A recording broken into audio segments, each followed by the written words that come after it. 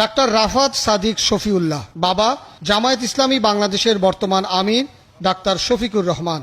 Police বলছে, সিলেটের Ragib Ali medical কলেজে বসে ধর্মপ্রাণ তরুণদের টার্গেট করে জামায়াতুল আনসার ফিল হিন্দাল শারকিয়ার দাওয়াত দিতেন জামায়াত নেতার এই পুত্র।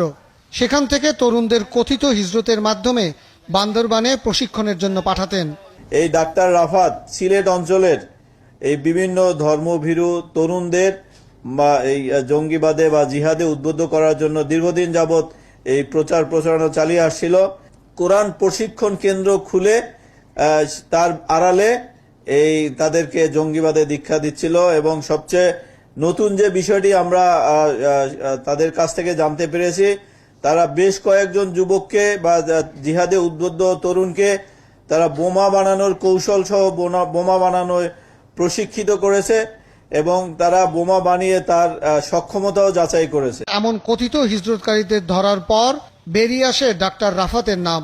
পুলিশ বলছে, বিচ্ছিন্নতাবাদী সংগঠন কুকিচিনের ক্যাম্পে জুন মাসে ডাক্তার রাফাত ও তাহিয়াত নামের আরেক যুবকের নেতৃত্বে 11 জন বান্দরবানে কথিত হিজরতের নামে প্রশিক্ষণ নেয়।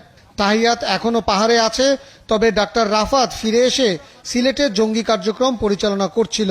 জামায়াত ইসলামীর আমিরের ছেলে গ্রেপ্তারের পর সেই দলটির সাথে জঙ্গি গোষ্ঠীর সম্পৃক্ততা খুঁজে দেখছে পুলিশ। পিতার পরিচয় বা পিতার সংগঠনের কোনো নির্দেশনা তাদের প্রতি ছিল কিনা বা তাদের দ্বারা নির্দেশিত হয়ে এরকম ভাবে তারা এই সংগঠনে যোগ দিয়েছে কিনা, সে বিষয়টি আমরা তাকে আরো ব্যাপক জিজ্ঞাসাবাদ করলে আমরা সেটা জানতে পারব।